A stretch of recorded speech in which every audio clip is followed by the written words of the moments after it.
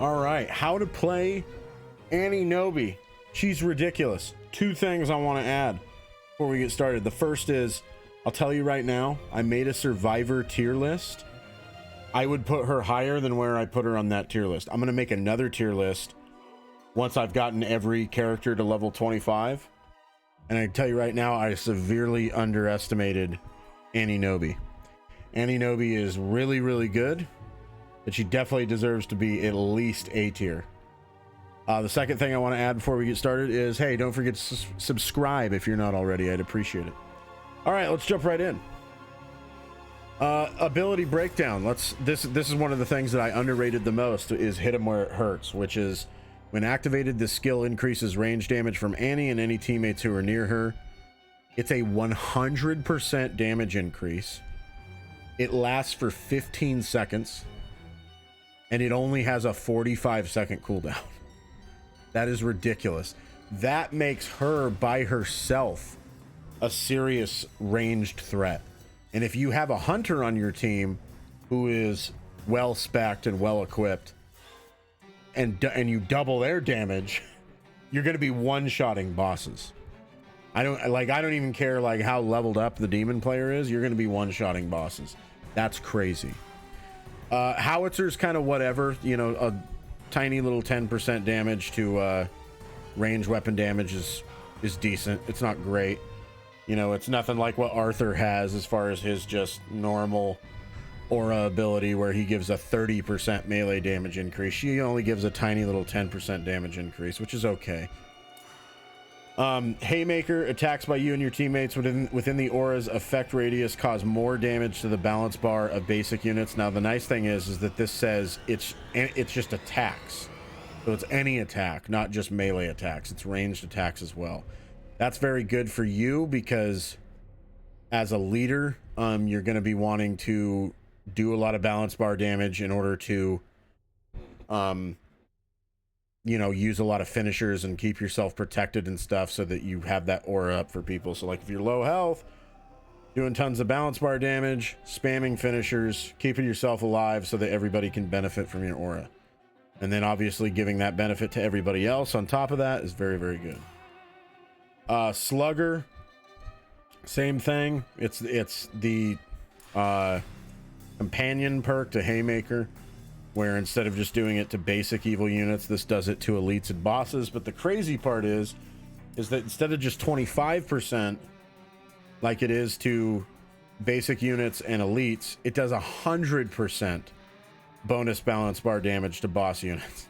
So basically, if you don't one-shot the boss for some reason from her ability because you don't have a hunter on the team, let's say you have an AOD Ash on the team, you're gonna just stun lock the boss. So Annie basically makes it so as long as you have at least one hunter or one warrior on your team, once Annie's level 25, she's going to make it so everyone on your team just shreds bosses. So she's really, really good because of that. Perk recommendations. I really like using her as a ranged character because of the fact that she's got two abilities that really enhance how much range damage she does. You can't necessarily go wrong with building into melee, because these two abilities also partially help melee. They also help ranged, but it's mostly good for melee. So that's why I think that range is the way to go, because all four of these perks impact what you do with ranged, but these two only impact melee. These two have nothing to do with melee. That's why I think building her as more of a range character is the way to go. I like doing this 49.2 feet. Aura effect range is ridiculous. That's very, very good. I like coming over here. I just put 1 point in this. I actually will probably wind up putting 2 points in this, but for now I put 1 point because the difference between level 1 and level 2 is only 5%, but the difference between 0 and 1 is 15. And also you want to get over here for the maximum ammo increase, 15% or 15 more bullets for each type of ammo is insane. So like if you use a blunderbuss, it's really, really good. It's nuts having 15 extra bullets. And also it allows you to carry more ammo for your teammates, and then you can drop ammo for your hunters if they run out. Very, very helpful. I put one in here and one in here just so we could get over here and get the cooldown reduction. Cooldown reduction I'm kind of iffy on because it turns out it only takes away like 5 seconds of her cooldown, and her cooldown's already super low at 45, so it makes it like a 45-second cooldown to a 40. Is that really worth it, shaving off 5 seconds using 2 points on that? I don't really know. Probably not. But I think you might as well put 2 points. You could only put 1 point in here if you want. I think the reason you want to put at least 1 point in this is to get to this Master of Influence, so that you can get this maxed out. 20% strengthened effects of your aura is really, really good. It's going to help your whole team. It's going to help you. It's fantastic. I think you should max that out on every leader, really. And then I come down here and I just put all my points in the range stuff. You know, I'm going to max this out. I put all 4 into that for extra range weapon damage, and then all 3 into Wig Splitter for extra headshot damage. So if you have all of this maxed out, and then you also have you activate Hit Him With It Hurts, you are basically going to be 2 or 3 shotting bosses at end game by yourself. So you don't even need a hunter if you have Annie, so she's pretty nuts. I have 5 points left over that I haven't spent yet as far as what I will do with them. I'm gonna put 3 in here to max out Master of Influence, and then the last 2 I'm probably gonna put 1 in Stopping Power to give myself more range, balance bar damage, and then I'll probably put 1 into Artful Dodger so that I have a little bit better dodging stamina.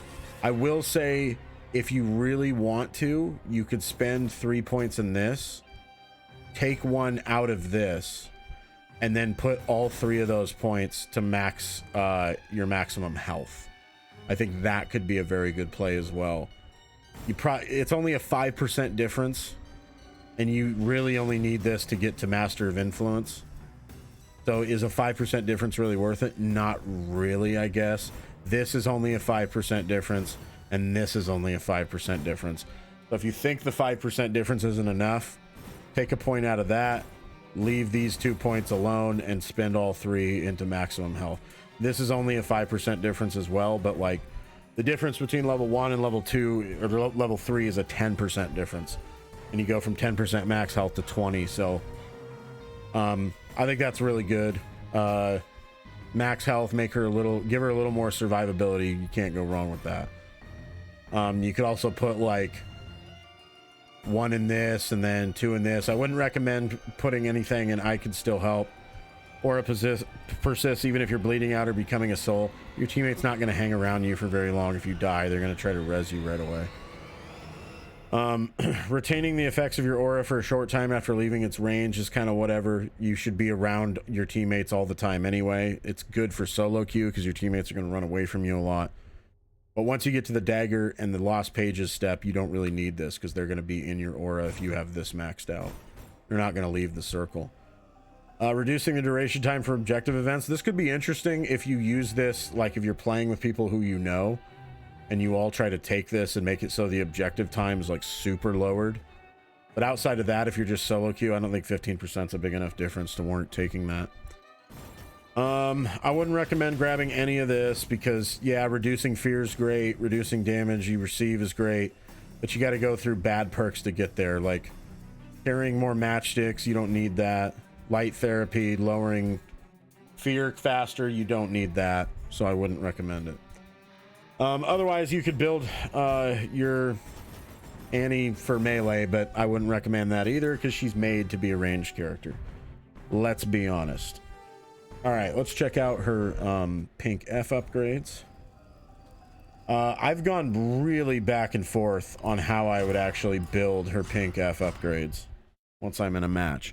It kind of depends on what you care about. I'm not going to lie to you. I usually go ranged first. And the reason that I go ranged first is because I like seeing huge numbers on the scoreboard at the end of the game. So I like to just headshot people right away and just build up those damage numbers. It's probably not the best way to go if you actually care about winning. Time, so listen closely. This is Professor Raymond Knowby. The following steps to be taken in order to dispel I think that if you're going to do anything, you want to max out fear first, because her level 5 fear is just disgusting. 50% fear reduction, -2 fear per second in well-lit areas. If you max out her fear, it basically means she's never going to get possessed for the rest of the match. Every time I get this maxed out, I basically don't get possessed for the rest of the game. So that's really ridiculous. It's very, very helpful. I'd say max out fear first. After that, I would say you probably want to max out ranged next. Just get that damage up. Plus that 15% reload speed reduction is really good, especially if you're using a blunderbuss, because you're going to have to reload a lot. And the blunderbuss reload animation is slow. Very slow. So you need that reload speed reduction if you're going to use a blunderbuss. After that, I would probably go with stamina. 30% stamina cost reduction is a lot just for level 3. Then I would go shield. You want shield bars late.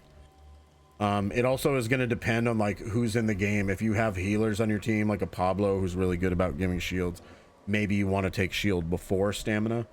That's just going to depend on who your teammates are. After that, I would take melee and then health, which seems weird to take melee before health, but melee just makes a bigger difference than health does. Like plus 12% melee damage and 5% attack speed is better than just 100 max health. Like that's barely anything. Their health upgrades are terrible. So I would say take melee first, just because their health upgrades are really, really bad. I would always take health last. As far as ranged weapons to use, I would say, I just realized I didn't have a video prepared for you. But as far as ranged weapons to use, same thing as I've said before. I would say look for a blunderbuss just like usual. Blunderbuss is really good on her. I actually think she's one of the ranged characters, unlike hunters, who it's okay not to take the blunderbuss if you find something better. Just because the reload speed on her is really slow. I think hunters can reload faster. I think their pink F upgrades gives them a faster reload speed than she gets. So sometimes the blunderbuss is kind of rough to use in the middle of really hectic combat. Like you're going to be getting hit and you're not going to be able to reload very easily. As far as melee weapon goes, you just want to pick up anything that your teammates don't want. Look for something that has high balance bar damage. You're going to want that because, like I said, you want to use a lot of finishers so that if you get into trouble and you're, you know, low health, you can use a quick finisher to keep yourself alive and give your teammates the benefit of your aura still before you go down. And also, she gets balance bar damage bonuses from her abilities. So anything with balance bar damage is really good. Look for the sledgehammer. The axe is good. The bat is good. Those are the big 3 things that you're really looking for the most. As far as how to play, stay near your team, just like any other leader. You want to stay near your team and make sure that you save your Q for when there's elites or bosses. The only time you don't want to use your Q for an elite is if it's the Demi Elagos, because they get serious damage resistance against ranged attacks, so don't save it for them. Go ahead and use it against the boss Elagos, though. But yeah, you want to save your Q for when the bosses come out so you can melt them very, very quickly. Like I said, stay near your team as much as you can so they get the benefits of that aura. But that's pretty much it. She's pretty simple. Like, she's not as in-depth as a healer is, where you got to like make sure that you know, run to just the right spot and pop your healing item so that it gets everybody. You don't have to worry about that with her. You just want to like stay in the general vicinity of your teammates, and if you have your aura perk maxed out, then you don't even have to be that close. Like it's pretty huge. So yeah, just stay near them. Try to land headshots. You kind of want to play her like a hunter, like you would with a hunter, only you want to be a little more in the thick of it with your team compared to a hunter, because hunters want to stay kind of on the outside and land headshots. You want to be a little closer so that you can keep your teammates inside your aura. But yeah, you want to play her like a hunter. So that's pretty much how you play Annie Knowby. Like I said, I think she's A tier, at least. She might even be S tier, but I need more time playing with the rest of the characters in this game. Let me know what you think about Annie Knowby. I think she's fantastic. Amazing character. And if you have any tips or anything like that on how you think Annie should be played, or any opinions on how you should spec her perks, let me know in the comments. And if you like the video, as usual, make sure you subscribe. Thanks for watching.